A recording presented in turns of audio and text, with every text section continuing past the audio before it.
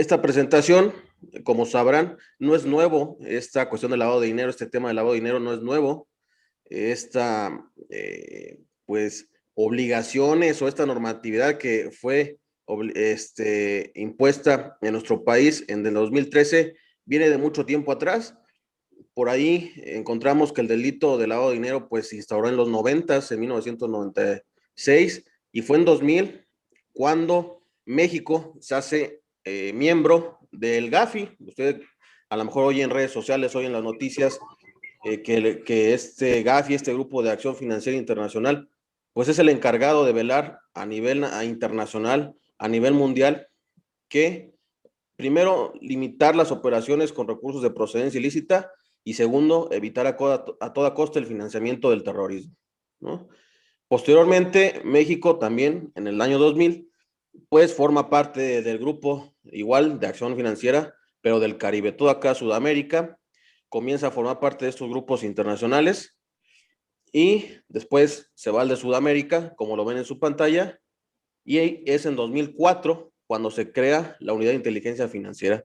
Esta unidad que en el transcurso de los años, a partir de 2004 hasta 2013, que es cuando es obligatoria la ley o se publica la ley, pues quedó ahí pendiente, quedó en el tintero. Era un organismo pues un poquito gris, no tenía mucho protagonismo a lo largo de los años, pero a raíz de esta presión mundial derivado de ser miembro México del GAFI, o de este grupo en contra o grupo de acción financiera contra el terrorismo, pues fue que decidió implementar esta ley que nosotros conocemos como ley antilavado, ¿no? Pero ya decíamos nosotros en nuestra presentación, el nombre correcto es Ley Federal para la Prevención e Identificación de Operaciones con Recursos de Procedencia Ilícita, ¿no? Ley antilavado, la conocemos nosotros.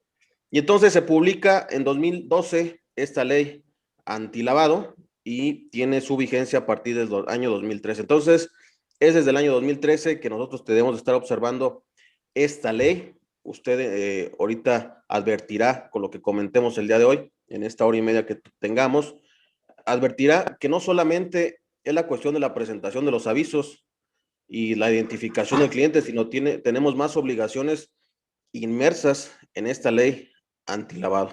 ¿Sí? Entonces, por ahí, nada más un antecedente muy próximo, a lo mejor ustedes conocieron en el año 2011 estas cartas de invitación, donde me decía el SAT que había identificado recursos que habían caído en mi cuenta bancaria en efectivo, ¿no? Estas cartas de invitación que fueron muy, pues, comentadas en su momento, donde el SAT ya tenía cierta información de nuestras cuentas bancarias, ¿no? Es el antecedente principal donde ya el SAT, como órganos concentrados de la Secretaría de Hacienda, buscaba en su momento limitar las operaciones en efectivo, que también dentro de esta ley antilavado tenemos algunas restricciones de movimientos que podemos realizar en efectivo, que no sería el tema de esta plática, de esta charla, pero que también está inmersa esa obligación, esa provisión como tal, ¿no? Están las cartas de invitación, repito, el SAT ya tenía cierta información de las instituciones bancarias que le da cada año estas instituciones bancarias al SAT, de los depósitos que obtienen los contribuyentes en efectivo. Teníamos hasta el año 2014 este impuesto a depósitos en efectivo también, que fue una especie de control, que básicamente pues lo que buscaba era limitar estas operaciones que se hicieran en efectivo en los bancos. No funcionó del todo, se dejó solamente la cuestión informativa a los bancos y se eliminó ese impuesto de depósitos en efectivo. Entonces, vemos que la Enciclopedia Jurídica Mexicana señala como lavado de dinero, pues esta actividad donde tenemos actividades ilegales y obtenemos recursos financieros de esas actividades ilegales. Y por ahí tiene perdido su micrófono, alguien nada más pudiera apoyarnos tantito con el micrófono. Bueno, entonces, estas actividades ilícitas generan algún recurso financiero, y a través del lavado de dinero de esta actividad, se pretende darle una apariencia de legalidad a estos recursos, ¿no? a lo mejor ingresándolos al sistema financiero a través de una empresa fantasma, de alguna otra actividad, pero básicamente se conoce como lavado de dinero, esta actividad que, en la cual se trata de dar una apariencia de legalidad a recursos obtenidos de una actividad ilegal, ¿no? Entonces, a través de esta actividad se trata de disfrazar esos recursos obtenidos de actividades ilegales, como pudiera ser delincuencia organizada, todo lo que involucra eso, secuestro, narcotráfico, y dar una apariencia de legalidad. Y me dice el Gafi, sin arriesgar la fuente. Es decir, no sabemos de dónde proviene el dinero, solamente sabemos que es legal, perdón, y fue obtenido de una actividad ilícita. Entonces, a través, ya decíamos, de los antecedentes de esta ley, se trata de limitar como tal este lavado de dinero en un primer momento, y en estos años muy próximos, es decir, el año pasado, finales del año pasado, se ha visto con mayor fuerza el limitar el financiamiento hacia el terrorismo. Tan es así que ahorita vamos a ver que la UIF, la Unidad de Inteligencia Financiera, emitió un par de reglas, un manualito para estas instituciones sin fines de lucro, para que tuvieran en consideración, pues dentro de sus procedimientos internos, tratar de evitar financiamiento al terrorismo, ¿no? Entonces, es por eso que en el Código Federal, Código Penal Federal, pues ya tenemos este delito tipificado, es decir, ya está plasmado en la ley esta cuestión del lavado de dinero, ¿no? Es un delito donde se impondrá multa y en su caso la pena privativa de la libertad a quien adquiera, administre, custodie, cambie, deposite, transporte, transfiera a nivel dentro del territorio nacional o hacia el extranjero bienes de cualquier naturaleza que procedan de alguno de los siguientes, con alguno de los siguientes propósitos: no ocultar, encubrir, impedir, lo que ya decíamos nosotros de la definición de lavado de dinero, ¿no?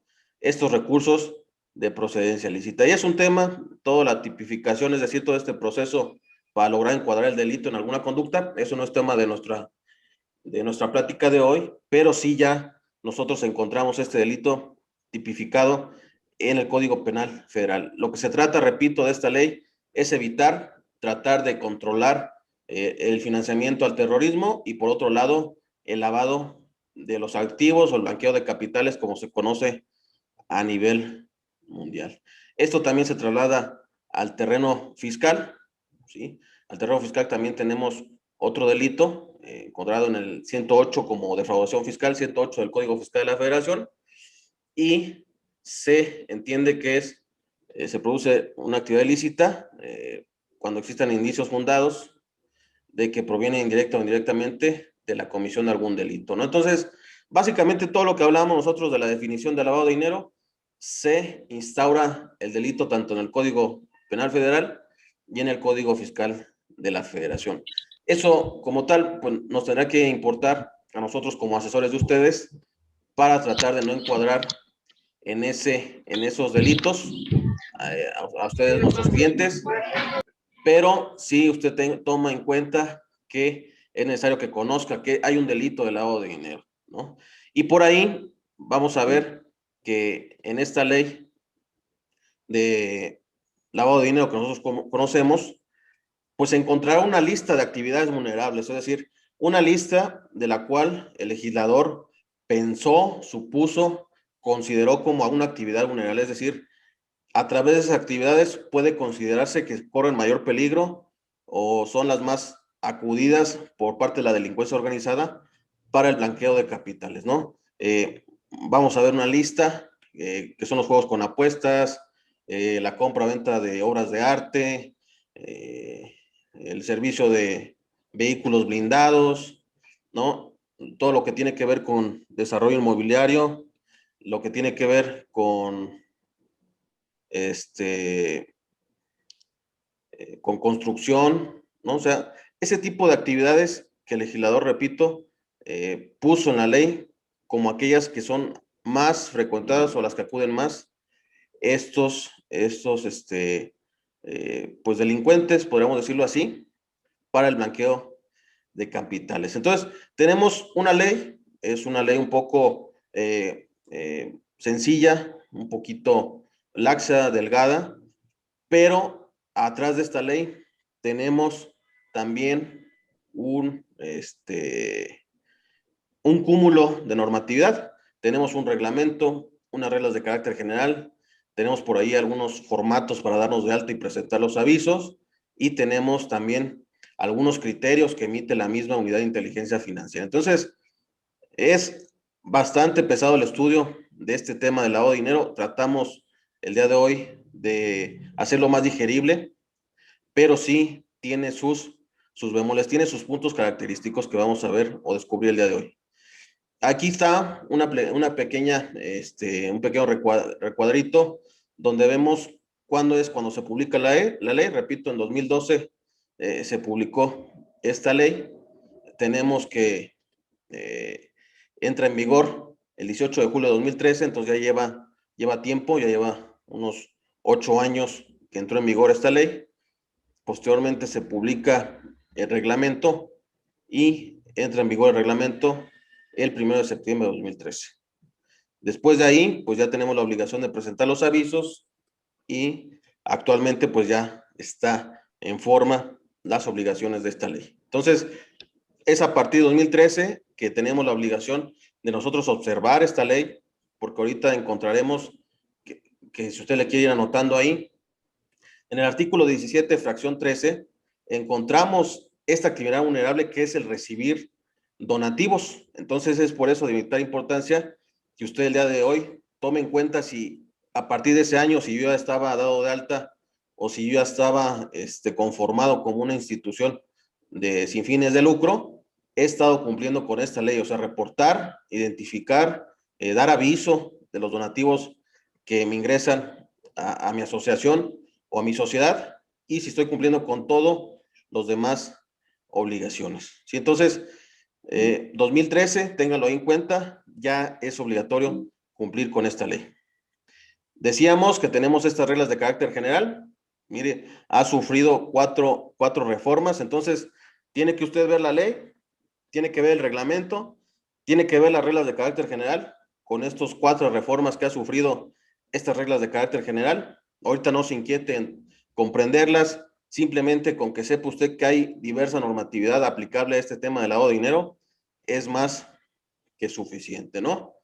También, como yo decía, están estas resoluciones, estos formatos para darse de alta en este padrón de contribuyentes que realizan actividades vulnerables, y también están los formatos para presentar los avisos de quienes realizan actividades vulnerables, ¿no? Estos formatos, estas resoluciones han sufrido reformas en el transcurso de los años, y entonces es vasta la normatividad que tiene que ver con el lavado de dinero, ¿no? La más actual, la del 24 de mayo, hace un mes, sufre esta reforma derivado de la muy mencionada reforma de la subcontratación. Sufre por ahí algunas modificaciones ese formato referente a la subcontratación, y es por eso que tenemos esta reforma más próxima del 24 de mayo de 2021, ¿sí? Y finalmente, lo que decíamos, lo que comentaba yo al inicio de mi charla, esta guía, este manual que emitió la UIF el 7 de diciembre, dirigido a todas las organizaciones sin fines de lucro para combatir el financiamiento al terrorismo. Por ahí me da unas ciertas guías para yo tratar de medir el riesgo que hay en mi organización para financiar el terrorismo, qué debo de implementar en mi organización de manera interna para poder evitar o cumplir con la normatividad internacional en cuanto al terrorismo. Entonces, si usted va viendo, se vuelve un poquito complicado el tratar de cumplir esta ley en materia de lavado de dinero, porque tengo que observar todo esto, y además de todo lo que ya vimos, tengo que observar los criterios que está emitiendo la unidad de inteligencia financiera a través de su página, de la página del sitio web de lavado de dinero. Estos criterios, que como tal lo dice en la página, estos criterios no tienen carácter obligatorio, simplemente es como una orientación, son preguntas que hacen algunos sujetos de esta ley, y la unidad de inteligencia financiera emite el criterio correspondiente. Entonces, si ve, tenemos la ley, tenemos el reglamento, las reglas de carácter general, los formatos de altas, los formatos de aviso, para ustedes la guía de evitar el financiamiento al terrorismo y los criterios. Son siete normatividades más sus reformas que en su momento tendríamos que estar observando para cumplir esta ley. Entonces se vuelve demasiado engorroso, y es por eso que necesitamos tener a un asesor de confianza que me ayude a cumplir con esta ley. Veremos que las multas, como bien se ha dicho, en estos últimos años las multas son exageradas, son por demás muy altas. Entonces, por ahí va a venir una reforma, se cree que en breve habrá una reforma, se reestructurará la ley en algunas cuestiones, se hará un poco más sencilla, cosas que están en el reglamento, cosas que están en las reglas de carácter, en las reglas de carácter general, las van a pasar a la ley, se tratará de estructurar mejor, y se habla por ahí de que tal vez se instaure un tipo auditor en materia de lavado de dinero. Como la UIF es un poquito, pues es pequeña más bien en su organización, no da abasto con todos los sujetos obligados a esta ley, y es por eso que se intenta poner un auditor externo para ver el cumplimiento de estas obligaciones. Entonces, también si usted ha visto en el transcurso de esta administración federal, se le ha dado mayor importancia y peso a la UIF. Se ha hablado que ha congelado cuentas bancarias, se ha hablado que ha congelado cuentas bancarias de artistas, de jugadores de fútbol, de exgobernadores, de jueces. Entonces, se le está dando más peso, y en un futuro, repito, se prevé que se tenga un auditor externo para poder verificar el correcto cumplimiento de esta ley. Aquí sintetizo, en esta diapositiva que vemos, sintetizo todas las obligaciones, si por ahí se me escapa una, pero en general estas obligaciones que tengo en materia de lavado de dinero. Me tengo que dar de alta en el portal, tengo que identificar a mis clientes, ahorita explicaremos más a detalle qué es identificar a mi cliente o a mi usuario, ¿no? que realice las operaciones vulnerables, ¿no? O sea, hablando ya en nuestros casos, aquel que me está realizando donativos, tendré que estarlo identificando, ¿no? ¿Cómo lo señala la ley? Pues a lo mejor tendré que estarle pidiendo su credencial para votar, alguna identificación oficial. La ley va más allá y me señala que si tengo una relación de negocios con ese cliente, es decir, es de manera frecuente que me da donativos, tendrá que estarle hasta preguntando su actividad ante el RFC, ¿no? Y recabar cierta documentación e información y hacer un expediente de cada cliente que yo tenga, ¿sí? Como ahí lo señala. Ahorita vamos a ver qué tan grande es la información que tengo que solicitarle. Tengo que solicitarle estado civil, nacionalidad, dirección, y tengo que tener un expediente para cada cliente. ¿Sí? Tengo que presentar los avisos, que a lo mejor es lo que todos conocemos. Tengo que presentar un aviso en el portal de lavado de dinero. También tengo que permitir verificaciones que realice la misma de Secretaría de Hacienda a través de la UIF. Acuérdense, la Unidad de Inteligencia Financiera es el órgano competente para vigilar el cumplimiento de esta ley. Tengo que conservar la documentación, igual que en materia fiscal. Aquí la tengo que conservar 5 años, esta documentación. Entonces, son una serie de obligaciones, y posteriormente, que a lo mejor lo que vinieron el día de hoy, derivado del título de nuestra charla, es la cuestión del manual, ¿no? Este manual que está ahí inmerso, incrustado en las reglas de carácter general, ¿no? Está que tengo de tener un manual en donde yo especifique todos mis procedimientos internos en materia de lavado de dinero, cómo es que identifico al cliente, quién es el encargado de esa información, cómo la resguardo, ¿sí? Cómo están conformados los expedientes, en dónde se resguardan. Todo eso tiene que ver en el manual, pero si usted checa y verifica, y es por eso que me atreví a hablar más allá del manual, que toda esta documentación, más bien todas estas obligaciones son las que tiene que cumplir usted en materia de lavado de dinero. Entonces, no solo tengo que atender yo a los avisos o a tener un manual, a bajarlo de tal vez de internet, de Google, no. O sea, tiene que sentarse usted a través de su asesor de confianza a ver de manera pormenorizada si ya tengo cumpliendo estas obligaciones, si tengo mi manual, si tengo mis expedientes, para evitar cualquier tipo de contratiempo, repito, con la unidad de inteligencia financiera. Tenemos el objeto de la ley correspondiente, habla de proteger el sistema financiero y la economía nacional para evitar prevenir o detectar estas operaciones que involucren recursos de procedencia ilícita, y por lo tanto, pues esta ley solamente le va a aplicar a aquellas organizaciones o a aquellas personas que no sean del sistema financiero. El sistema financiero tiene sus propias reglas, tiene sus propios controles, y entonces nos va a aplicar a todos los particulares que realicemos las operaciones o las actividades vulnerables, repito, que se encuentran en el artículo 17 de la ley de lavado de dinero. ¿Sí? Entonces, la unidad de inteligencia financiera, grábeselo muy bien, esta unidad de inteligencia financiera va a ser la encargada de velar por el cumplimiento de estas obligaciones. ¿Sí? Destacar ahí que esta unidad de inteligencia financiera tiene el carácter de Ministerio Público. ¿Qué es eso? Pues recuerde que el Ministerio Público en México es el único facultado para ejercer la acción penal. Nadie más lo puede hacer. Usted cuando presenta una denuncia, una querella, pues tiene que acudir al Ministerio Público para que sea el Ministerio Público como su representante social para interponer o para ejercer más bien la acción penal ante el juez correspondiente. Entonces, la unidad de inteligencia financiera, esta ley le otorga el carácter de Ministerio Público, es decir, per se, por ella misma, pudiera estar interponiendo algún tipo o ejerciendo la acción penal ante el juez correspondiente, ¿no? Entonces, es delicado el tema, es delicado, no está mal que lo tome usted en serio, que por ahí tenga como tal, pues importancia en ver si realmente estamos cumpliendo a cabalidad como tal las obligaciones, para que, repito, no tengamos nosotros inconvenientes con esta unidad de inteligencia financiera. Por ahí creo que hay una pregunta, dice, ¿las multas son constitucionales?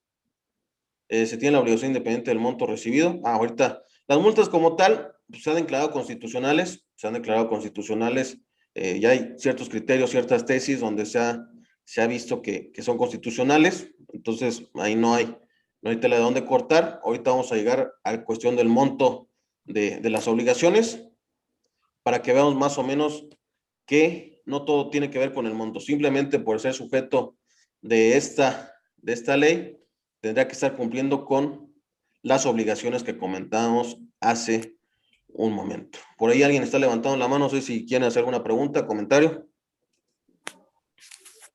Buenos días, contador, muchas gracias por su ponencia. Fíjense que yo tenía una pregunta ¿hasta qué monto se considera lavado de dinero? Y si tengo que dar el informe a la unidad de inteligencia financiera de cualquier monto.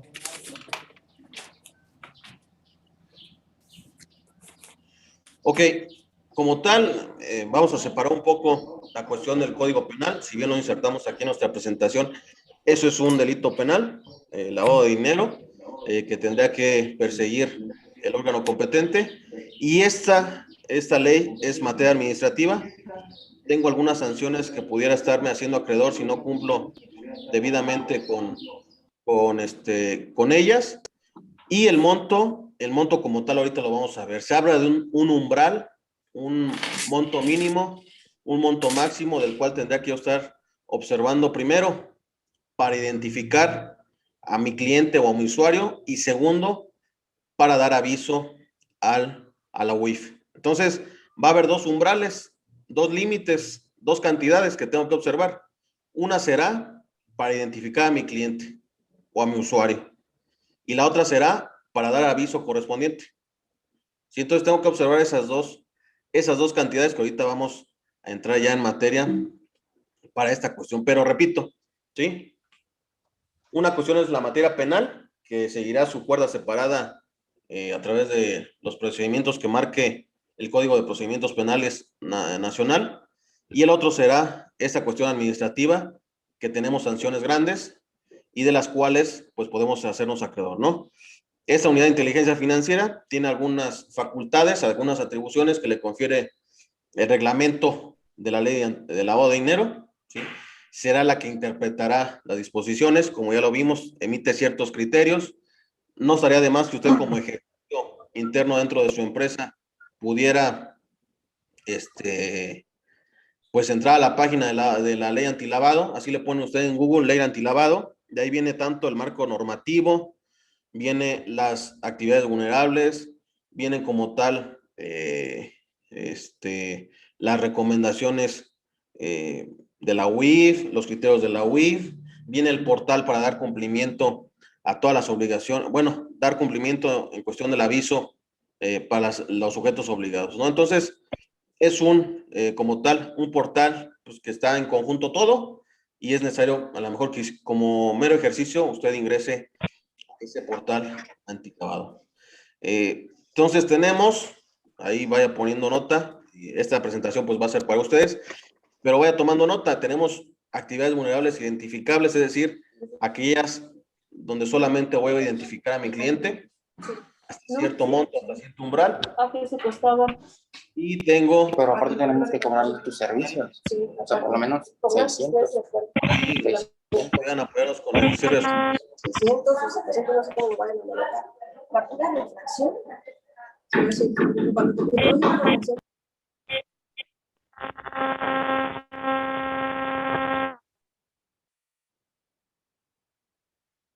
Bueno, entonces tenemos estas actividades identificables, repito, es decir, voy a identificar a mi cliente o a mi usuario, las actividades que después de un cierto monto voy a reportar, es decir, voy a dar aviso a la UIF, y estas son estas actividades que no vamos a ver el día de hoy, que son las que se encargan, o más bien las que restringen el uso del efectivo, ¿sí? Entonces, solamente vamos a ver el día de hoy en cuestión de las que nos aplican a nosotros, que son las organizaciones sin fines de lucro, que son las identificables y las que se les va a dar aviso o las reportables, ¿sí? Entonces, recuerdo, el artículo 17 me habla de estas actividades vulnerables. ¿Cuáles son las actividades vulnerables? Aquí está el ejemplo de algunas. Esta captura de imagen la tomamos de la página propia de la ley antilavado. Y tenemos, pues mire, todo lo que hay. Juegos con apuesta y concursos sorteos. Tarjetas de crédito o de servicios, ¿no? Todas esas tiendas departamentales. Tarjetas prepagadas, por ejemplo, todas las de teléfono, de algunos puntos. Todas esas son actividades vulnerables. Es decir, son estas actividades que pudiera estar en riesgo de que sean utilizadas para el blanqueo de capitales. Cheques de viajero de algunas instituciones financieras, el otorgamiento de créditos o préstamos también se ha dicho que es una actividad vulnerable. Y todas las que ustedes ven ahí, mire, subasta y comercialización de obras de arte, comercialización de piedras preciosas, ¿no? De joyas, de relojes, servicios de blindaje, ya lo comentábamos, transporte y custodia de valores, dinero o de valores. Y lo que nos interesa a nosotros, recepción de donativos por parte de organizaciones sin fines de lucro. Como ustedes ven, hay un umbral de identificación y un umbral para dar aviso. Es decir, si usted recibe un donativo por menos de 143,000 pesos que están ahí, pues no tendrá la obligación de identificar a su cliente, a su usuario. Si rebasa esa cantidad, pero no supera los 287,000 que usted ve ahí, no tendrá que dar aviso a la UIF a través de la página. Si usted superara ese umbral, tanto de identificación como de aviso, pues tendrá que dar aviso de esa operación a la unidad de inteligencia financiera. Entonces, como decíamos, hay dos umbrales que yo tengo que cuidar en cuestión de recepción de donativos por parte de organizaciones sin fines de lucro. Son dos, uno es para la identificación y otro es para dar aviso. Entonces, eso tómelo muy bien.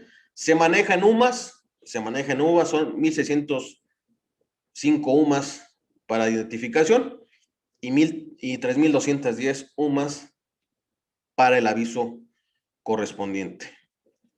También en el manual que se elaborará, ahorita ponemos un ejemplo de una, tal vez cámara que ustedes conocen muy bien.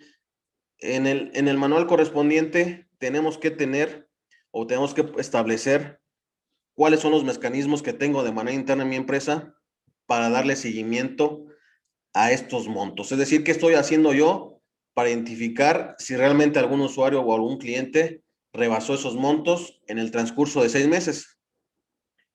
Si vamos a suponer que en enero un cliente, un usuario, llega a su organización, llega a su asociación y le da 50,000 pesos. Llega en febrero y le da otros 50,000 pesos.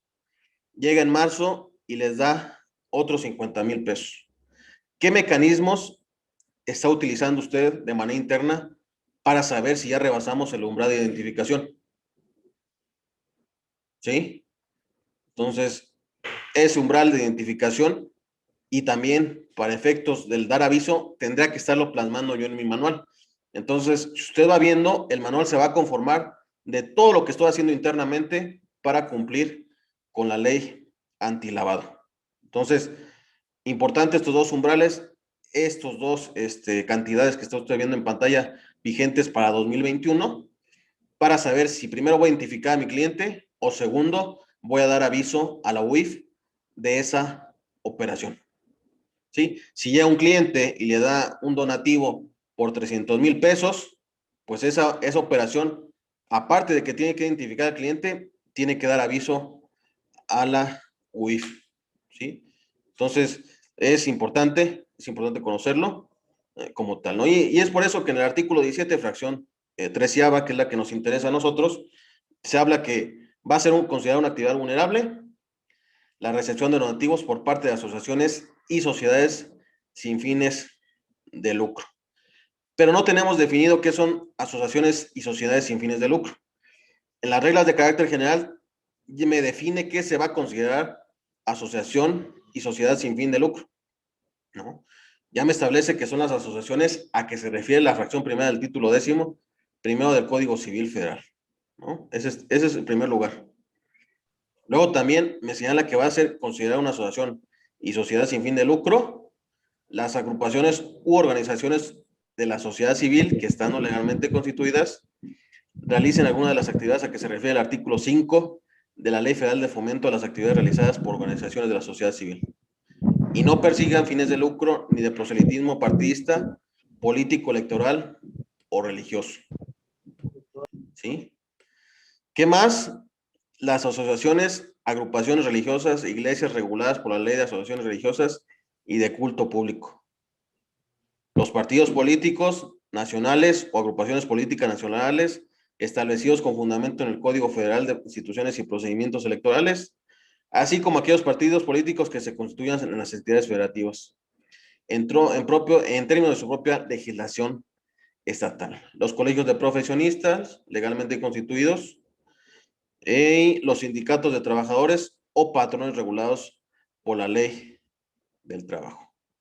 ¿Sí? Eso se va a considerar una asociación, una sociedad sin fin de lucro para efectos de esta ley. Entonces, como ven, aquí no me habla nada de ser donataria autorizada, no me habla de que tengo que tener autorización ante el Servicio de Administración Tributaria, no me habla nada de eso. Si yo encuadro en alguno de los supuestos que estamos viendo en pantalla, tendría que estar siendo sujeto de las obligaciones que me marca esta ley y sus reglamentos por el simplemente hecho de recibir donativo. La recepción de donativos al momento de ser una asociación o sociedad sin fin de lucro es que tendrá la obligación de cumplir con las obligaciones de esta ley. ¿Sí? No teníamos esta definición, fue que se reformó en agosto de 2013 y se incluyeron todas estas sociedades o asociaciones. ¿Sí? Entonces, es necesario sentarme, ver si encuadro en algunos de estos supuestos y en su caso, ver si estoy cumpliendo con las obligaciones correspondientes. ¿Sí? Entonces, ahí es importante, ¿no? Y me habla que tengo yo que observar este tema de los umbrales que ya vimos hace un momentito en un periodo de 6 meses. ¿Sí? Entonces, estos umbrales que usted ve aquí es en un periodo de 6 meses. Repito, si un usuario, si un cliente llega con usted en enero, febrero, marzo, abril, mayo, junio, tengo que ver si en esos meses superó algunos de estos umbrales, ¿sí? Para la cuestión de los avisos, ¿sí? Tengo que ver si rebasó primero la cuestión del umbral para la identificación, porque pues es obligatorio tener mi expediente de mi usuario cliente, pero ya para dar aviso, tengo que verlo en los 6 meses siguientes, ¿sí? Entonces, ahorita en junio tendrá que ver si ya rebasó algún usuario, algún cliente, este umbral de aviso, porque no se valdría decir, o más bien la ley no lo considera así, que si ya llegó en enero y fueron 50,000, pues no rebasó. En febrero fueron 50,000, tampoco rebasó, entonces, y así me la voy llevando, no. Ya me establece la ley que tengo que ser un periodo de 6 meses, ¿sí? Si no supero esos umbrales, pues no tengo obligación de ni siquiera identificarlo, sin identificar ni dar aviso. Sí, por ahí alguien levantó la mano, sí, si gustan comentarme. Otra vez yo, contador, de Amigos para Siempre. Sí, adelante. Entonces los montos se van acumulando durante 6 meses. Y si yo los junto en junio y paso los umbrales, ¿tengo que identificarlo? ¿O es cada mes nada más? A ver, no sé si por ahí entienden la pregunta. Vamos a suponer que estamos en junio y usted ya rebasó los 287,000 por un cliente, por un usuario. Pues tendrá que dar aviso de esa actividad, pero solamente de aquella cuando identificó. No sé si me explico. Vamos a suponer que en enero llegó más bien un cliente y le dio 50,000. En febrero llegó el mismo cliente y le dio 50,000. Van 100,000 pesos, ahí no hago nada. Pero llega marzo y le da 50,000. En ese instante tendrá que identificar a su cliente. ¿Estamos de acuerdo? ¿Sí? ¿Me siguen por ahí? Sí, muchas gracias, contador. Me quedó muy claro. Sí. Y entonces llega abril, llega mayo y llega con otra vez 50,000. Van 200,000 en abril, en mayo son 250,000 y llega junio y ya son 300,000. Usted tendrá que dar aviso de esa operación, de la de junio. Hasta junio. Okay. ¿Sí? Claro. ¿Sí? Que los avisos están diseñados para ver cuánto es el periodo que se estableció. ¿Sí? Entonces, si vemos los formatos, ahí podemos establecer de qué periodo abarca. Muy ¿Sí? bien, contador. Y entonces, es importante que nosotros tengamos algún mecanismo interno para conocer estos umbrales en un periodo o en un lapso de 6 meses. Es importante, muy importante. ¿Sí? Entonces, para que usted lo considere. Ahí está el fundamento legal, artículo 7 del reglamento de la ley de lavado de dinero. Y también, pues no, para efectos de los montos no se tiene que considerar ningún tipo de impuesto ni accesorio, no se tiene que considerar los intereses, ni siquiera el impuesto al valor agregado. En el caso de los donativos, pues no tenemos esas cuestiones, pero no sería de más señalarlo, ¿no? Entonces, sería solamente el importe bruto como tal, o sea, sin considerar ningún tipo de cantidad más. ¿Ok? Y tenemos estas obligaciones, aparte de los avisos. Entonces, el aviso como tal es solamente una obligación de muchas que tenemos dentro de la ley. ¿Sí? El aviso se presentará, ahorita lo veremos en el día 17 del mes siguiente, ¿no? Pero aparte de esas obligaciones que tenemos o de esa obligación de aviso, tenemos esta obligación de identificar a mi cliente o a mi usuario. ¿Sí? Basándose en algún documento oficial, ahí lo señala la propia fracción de este artículo, o de alguna credencial. Y tengo que recabar copia de esa documentación. ¿Sí? Entonces, aviso ya está aquí como obligación, pero aparte tengo que identificar a mi cliente. ¿Sí? Siempre y cuando pues sea se cumpla el umbral de identificación del cliente o del usuario. Si no cumplo con el umbral de identificación, si alguien llega hoy y me da 50,000 pesos y ya,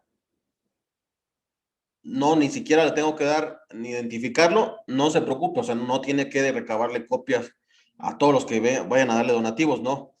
Usted solamente recabará o identificará, como se llama técnicamente esta fracción, identificará a su cliente cuando llegue al umbral de los 143,000 pesos que tenemos aquí.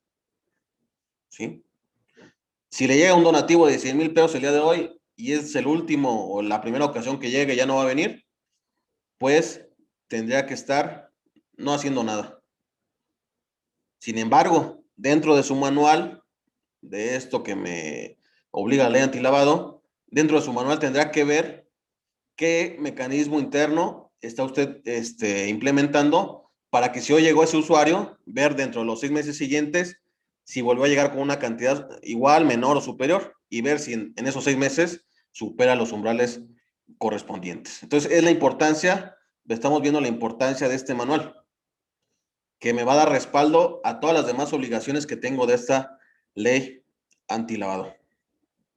¿Qué otra obligación tengo? Bueno, si ese cliente usuario, con ese cliente usuario tengo una relación de negocios, aparte de recabarle copia de la identificación oficial, tengo que solicitarle que me dé información de la actividad u ocupación que realiza. ¿Sobre qué documentación? Bueno, el aviso de inscripción ante el RFC. ¿Sí? Si el cliente, el usuario me está diciendo que se dedica a la fabricación de mesas, ¿no? Y a lo mejor es una persona física con actividad empresarial, bueno, ¿qué le voy a pedir? ¿Qué le voy a solicitar? Bueno, tráeme tu aviso de inscripción o la actualización de tus actividades ante el RFC. Siempre y cuando tenga una relación de negocios. ¿Qué es una relación de negocios? Aquí lo establecemos, que es cuando se establece, o más bien cuando hay de manera formal y cotidiana, una relación basada en un contrato, en algún documento, pero que es de manera constante, ¿sí? Si es ocasional, pues no habrá relación de negocios, ¿sí? Pero si es constante, tengo una relación de negocios constante, es decir, hay actividades constantes entre el cliente y mi asociación, aparte de pedir la identificación, tendría que estarle pidiendo esta cuestión de la actividad u ocupación. ¿Sí? Entonces, se van sumando obligaciones y es por eso, repito, y a lo mejor soy muy repetitivo, tendrá que estar yo implementando mi manual. Entonces, mi manual no será un documento que el cual pudiera estar bajando del internet, que a lo mejor en primer momento pudiera hacerlo así, pero ese manual tendrá que corresponder a la situación interna de mi empresa, de mi asociación, para dar cumplimiento a cada uno de estos puntos de las cuales me obliga la ley. ¿Sí? Entonces, primero es identificar, segundo, si hay relación de negocios, solicitarle este documento también. Y tercero, muy importante, solicitarle a este cliente o usuario si tiene conocimiento de la existencia del dueño beneficiario. ¿Qué prevé esta ley? Esta ley prevé que muchas de las veces, tratando de esconder la procedencia de los recursos, ¿sí se acuerda de esa definición que vimos de lavado de dinero? Vemos que hay algunas personas que con prestanombres o testaferros crean empresas, crean algún tipo de negocio, algún tipo de actividad, y realmente los beneficiarios no son los que están en la empresa. Hay un dueño beneficiario, un beneficiario final detrás de esa empresa y también lo prevé de esta ley. Esta ley prevé que se le tiene que solicitar a ese cliente, ese usuario que llegue a su asociación, decirle, oye, ¿tienes conocimiento de que existe algún dueño beneficiario? Es decir, alguien detrás de ti que realmente se está beneficiando con esta operación. ¿Sí? En otro ejemplo, a lo mejor más ejemplificativo, si llega una empresa a solicitar un servicio de blindaje de automóvil, hoy es una persona moral, a lo mejor una SA, una sociedad anónima, pues ese servicio de blindaje tendrá que preguntarle a esa SA, oye, ¿quién se está beneficiando realmente con el servicio de blindaje? ¿Tu empresa o hay un beneficiario controlador, un dueño beneficiario, como lo conoce el reglamento? ¿Sí? Entonces, se tiene que dejar constancia de que se solicitó o que se manifestara si había ese beneficiario controlador.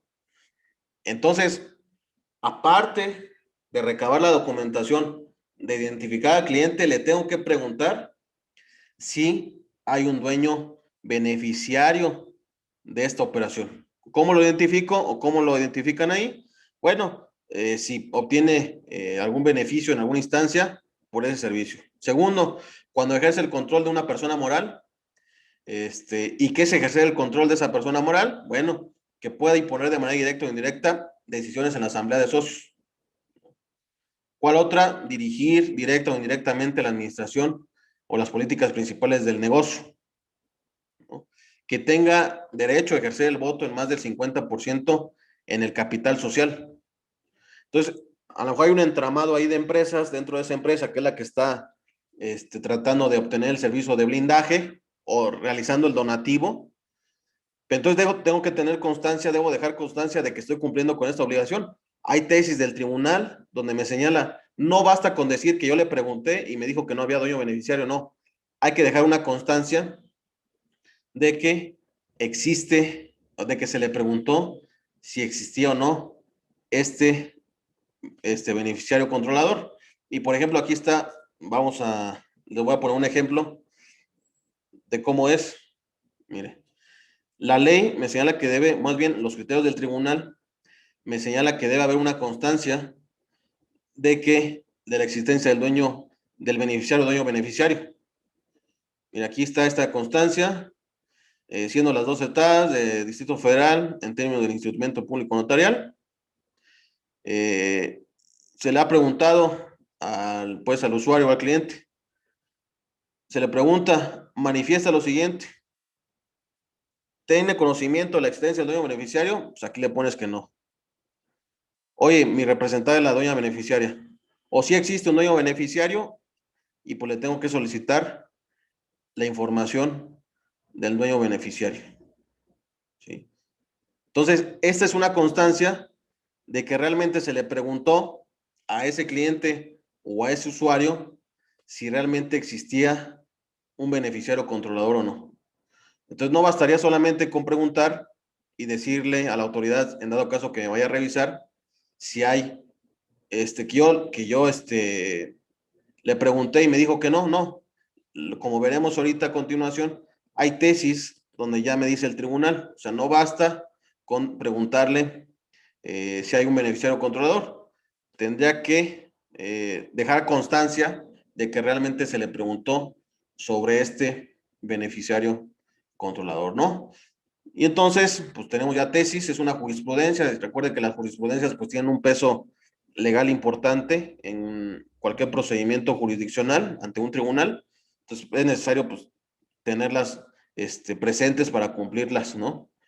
Y entonces, me habla que debo tener esta tesis, se quedan ustedes con el material. Me señala que no basta solamente con decir que se le preguntó.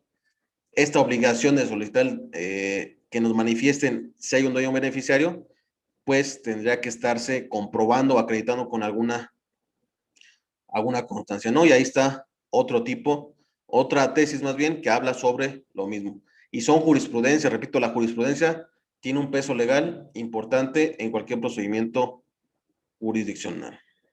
Hablando de las obligaciones, pues tengo también que custodiar, proteger, resguardar y evitar la destrucción o ocultamiento de la información de toda la documentación que yo recabe para sustentar la actividad vulnerable, ¿no?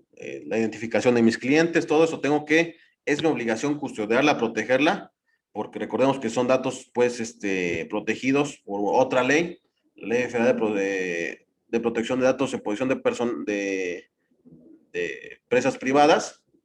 Entonces, también tengo que yo, en mi manual, establecer qué procedimientos internos estoy utilizando para resguardar esta información. Ya decíamos nosotros, hay que brindarle todas las facilidades a la Secretaría de Hacienda a través de la UIF, en dado caso que nos vayan a revisar, que realicen alguna verificación.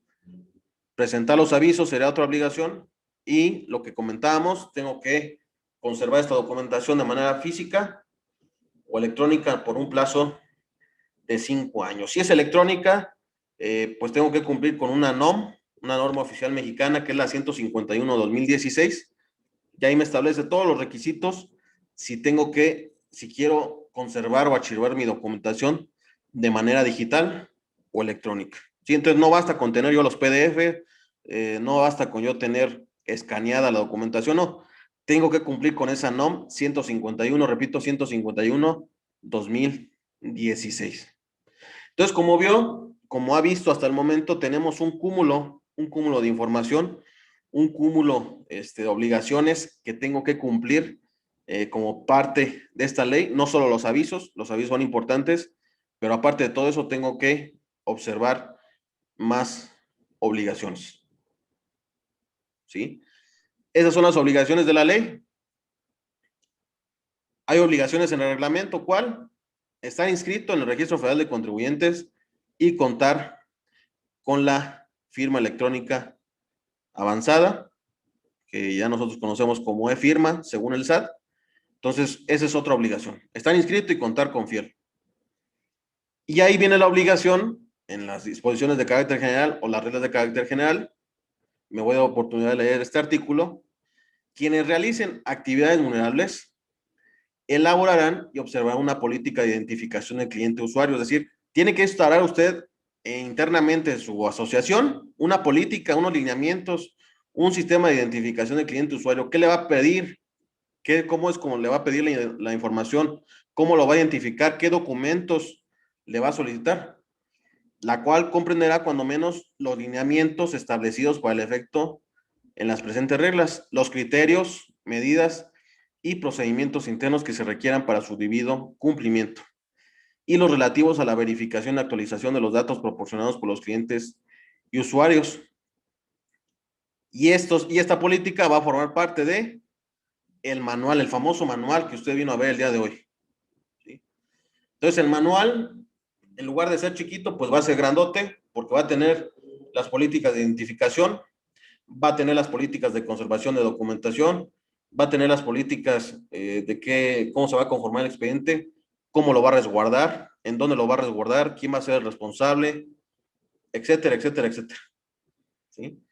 Y el artículo 37 de estas mismas reglas es el que me habla del famoso manual, del cual está teniendo gran realce esta obligación, pero no es la única. Ese manual me da soporte de que estoy cumpliendo con las obligaciones, pero no es la única. Este manual usted lo tiene que implementar 90 días naturales a partir de que se dio de alta en el registro, ¿no? Vamos a suponer que ya usted está obligado a presentar avisos ante el portal y tiene 90 días usted para implementar este manual en su asociación. Este manual es un documento, me permito leerlo como aquí lo dice, es un documento que, aquí estamos, documento en el que se desarrollan sus lineamientos de identificación de clientes, criterios, medidas y procedimientos internos que van a adoptar en los términos de lo previsto en los artículos 11, 17, 18 y 35 de las presentes reglas, es decir, todo lo referente a identificación, solicitud de documentación, para dar cumplimiento a lo establecido en la ley, el reglamento, estas reglas y demás disposiciones de que ellas se emanen. ¿Sí? Entonces, ese documento es importante, es un manual. No todos lo conocemos como manual, pero este documento, ahí estableceré todas las políticas para lograr cumplir esta ley. Por ahí no sé si alguien levantó la mano. Gracias. Buena tarde, David Gutiérrez, Samán, Michoacán. Contador, para preguntarle referente a la identificación de clientes y usuarios, en el caso de que los donativos o que no estén formalmente elaborados como donativos, pero sí hay una aportación económica por parte de sectores de gobierno, ¿tiene que hacerse el mismo procedimiento si gobierno del estado transfiere fondos, que al final de cuentas no hay esta manera de identificar si es donativo o no? ¿Tenemos que utilizar el mismo procedimiento de identificación de clientes y dar aviso a la unidad? Gracias. Sí, en estricto sentido es recibir donativos. Si nos vamos a la definición teológica del donativo, pues es aquello que me marca el Código Civil, ¿no? Que es aquella contraprestación de la cual no hay otra contraprestación en, en contrario y que puede ser oneroso, gratuito, remunerativo y demás, ¿no? Entonces, si encuadra ahí, pues yo sería la idea que a lo mejor tratáramos nosotros de identificar al beneficiario, al cliente, que muchas de las veces se nos hace un poquito tedioso en la práctica porque como usted bien hizo, o sea, el que me dé el donativo de una organización gubernamental, ¿quién va a ser el cliente? ¿Quién va a ser el usuario? ¿No? Pero sí sería la idea de que se intentara o se dejara constancia de que se solicitó esa información y como tal no se proporcionó, ¿sí? Más adelante veremos que por ahí un artículo de esta ley me habla de que si no me dan información me tengo que oponer a realizar la operación, ¿no? Pero yo creo que si encuadra en el concepto de donativo, tendríamos que estar identificándolo si supera el umbral y en su momento reportando esa operación a través del portal. No sé si por ahí me puede explicar, quedó con más dudas o... Sí, no, gracias. Sí, mi duda era esta. Por lo general hay aportaciones por parte del gobierno del estado, en nuestro caso, donde superan el umbral. eh, y digo, la duda me surgió porque pues al final de cuentas, o también cuando hay aportación de gobierno federal, nada más si se tenía que hacer el mismo procedimiento como si fuera un donante particular. Entiendo ya por lo que me indica que la sugerencia es que sí, que se haga el mismo procedimiento como si fuera un donante particular o social, ¿no? Muchas gracias, Así contador. es, así es, David. No, gracias a ti. Sí, entonces vemos que empezamos a encuadrar en algunas obligaciones que a lo mejor no tenemos ahí en cuenta, pero es bueno hacer este ejercicio, ¿no? Entonces, para que pues valga la pena, usted que entró, que lo vio, tenemos un ejemplo de manual que usted puede consultar en internet, que lo puede ver, pero más o menos para que se dé una idea de qué es lo que corresponde al manual. Mire, vamos a compartir pantalla. Ya ve por ahí el PDF.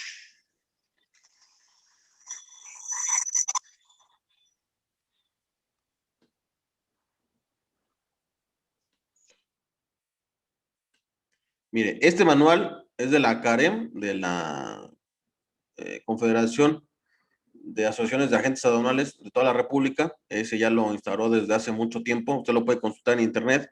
Se puede hacer una idea, se puede basar aquí, puede utilizar lo que está aquí. Son 50 páginas del manual que tiene CAREM en su página, ¿no? Por ahí le pone hasta marco legal. Esta es la estructura de ese manual. Le pone el marco legal. Aquí está, mire, criterios, medidas y procedimientos internos. Básicamente está siguiendo lo que dice la ley. Este documento de criterios, medidas y procedimientos internos. Mira, aquí está mi política de identificación. ¿Qué voy a hacer? Política de identificación y conocimiento del cliente. Mira, si son personas físicas, pues ¿qué voy a hacer? Si son personas morales también. Si son fideicomisos, ¿qué voy a hacer? Oye, sobre el dueño beneficiario. Conocimiento del cliente. O sea, son políticas que va instaurando Karen, ¿no? Y está un glosario, están las abreviaturas y empieza a echarle ahí rollo, Karen, los antecedentes, oye, ¿por qué es necesario tener este manual? ¿No? Ya decíamos algunos antecedentes que vio usted al principio de nuestra charla, ¿no? Señala la fracción que los obliga a ellos como agentes aduanales a darse de alta porque es una actividad vulnerable, ¿no? Nos habla ahí de todo, qué obligaciones tiene, se acuerda que vimos las obligaciones del artículo 18, mire ya, aquí lo transcribe, ¿no? Ya ves que no quiero yo tener ningún problema con la UIF, entonces yo transcribo lo que me dice la ley. ¿Cuál es el objetivo de este manual según la CAREM? Y empieza a desglosarlos, ¿no? Establecer políticas para identificación del cliente, ¿no? Establecer una política de conocimiento del cliente, etcétera, etcétera, etcétera. Va a ser observancia, alcance manual, va a ser de observancia, alcance y consulta obligatoria para el agente aduanal. Entonces ya está obligando a todos los agentes aduanales que son partes de esta confederación. y se avienta todo el marco legal que hay en cuestión de lavado del dinero, ¿no? Y empieza con las políticas. Mira, política de identificación del que realiza actividad vulnerable. Si eres un agente anual, debes estar inscrito al RFC y contar con firma electrónica avanzada, ¿no? Lo que me dice el reglamento, lo que me dicen las disposiciones de carácter general, ¿no? Y me dice, ¿cuál más obligaciones tengo? ¿Sí? Si me voy a dar de baja, si ya no voy a hacer esa operación, si ya no vas a realizar actividades vulnerables, debes solicitar tu baja en el padrón, ¿no? Política de identificación y conocimiento del cliente, es la que estábamos viendo hace un momento, ¿no? Aquí me señala qué va a hacer. Mire, en caso de que exista, identifiquen, bla, bla, bla, riesgos, van a realizar un expediente único de identificación por cada cliente, ya sea física o con datos o documentos del mismo archivo físico o electrónico, ¿no? ¿Qué vamos a ver ahí? Verificación de la identidad. Una entrevista personal. O sea, esto lo va haciendo Carem con base en su modelo de negocio, con sus necesidades propias, y es por eso que pone todo. ¿Cómo vamos a identificar al cliente usuario? Bueno, aquí está, ¿no? Todo esto. Si es persona física, esto. Si es persona moral, ¿qué datos le debe pedir? Entonces, todo esto es el manual que usted va detallando. Mire, por ejemplo, aquí la que decíamos del resguardo de documentación.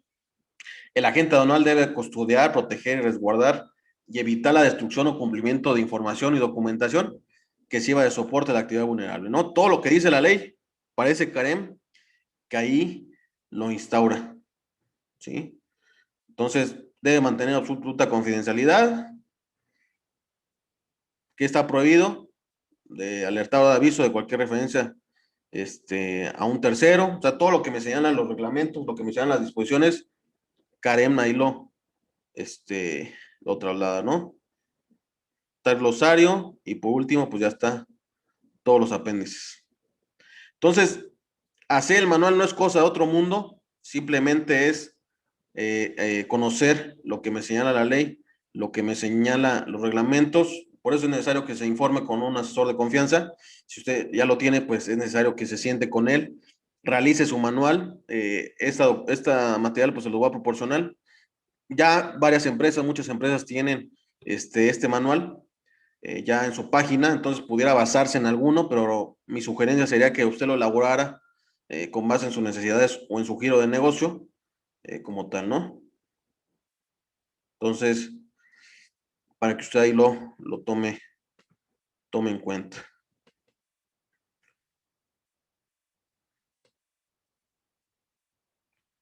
Bueno. Y me sigue señalando la normatividad. Mira, si hay una relación de negocios como tal de algún cliente o de algún usuario, esa información que usted ve en pantalla es la que tendría que estar solicitando. Si es persona física, mira, es apellido paterno, apellido materno, nombres sin abreviaturas. Si es extranjero, pues el nombre y los apellidos que correspondan, la fecha de nacimiento, país de nacimiento, país de nacionalidad, actividad, ocupación, la que decíamos, domicilio particular, número telefónico, registro federal de contribuyentes, CUR, la identificación, qué institución emitió la identificación.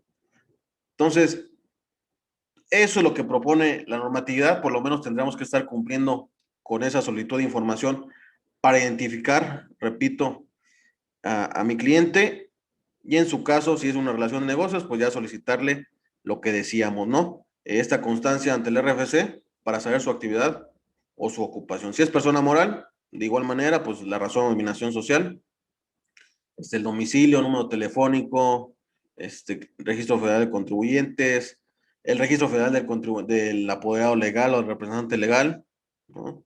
Y los datos de identificación, ¿no? También ahí me dan algunos datos en cuestión de la escritura pública, ¿no? De la Constitución, como tal.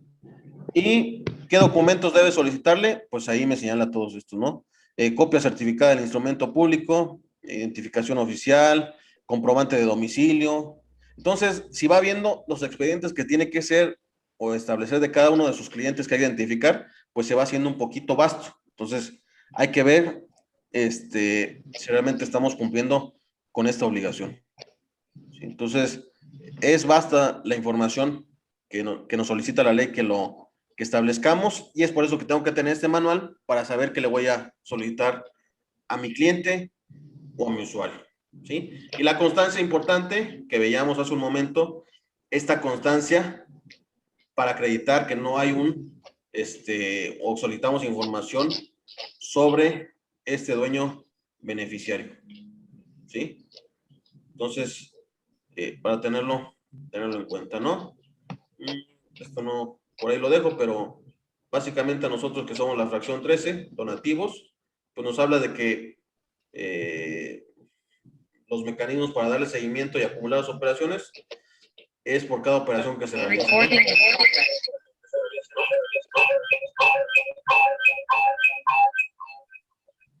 Por ahí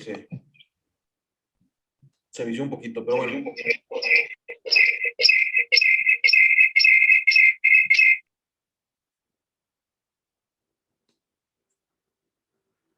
Sí, bueno. Ok. Entonces, como va viendo, pues son obligaciones que hay que cumplir. Veíamos, si las queremos enumerar, la identificación. Posiblemente, si hay una relación de negocios, solicitarle documentación de la actividad o ocupación. Ver si estos umbrales no exceden en un plazo de 6 meses, no exceden las cantidades que ahí están.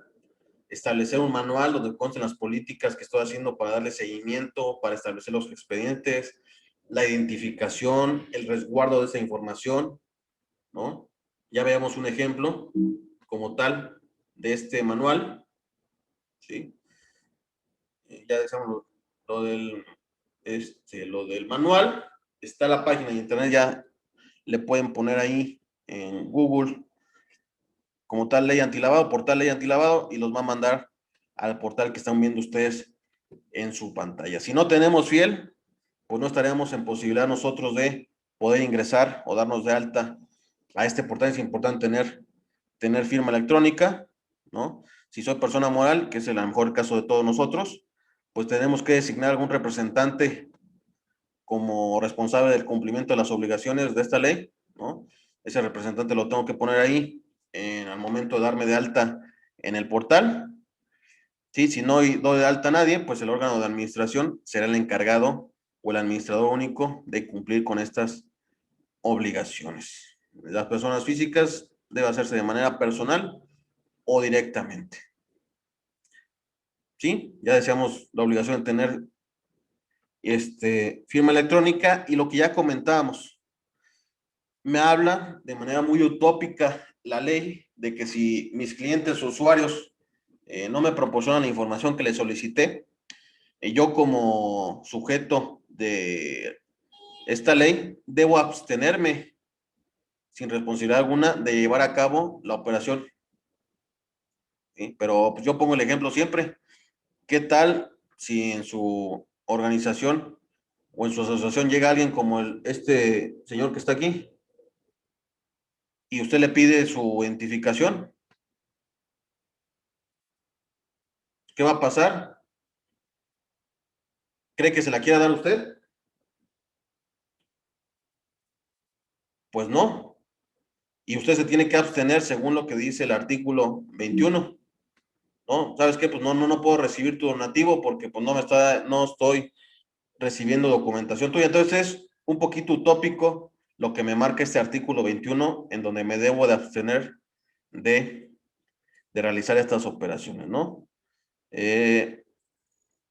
Los avisos, ya decíamos, se tienen que dar o informar a más tardar el día 17 del mes siguiente.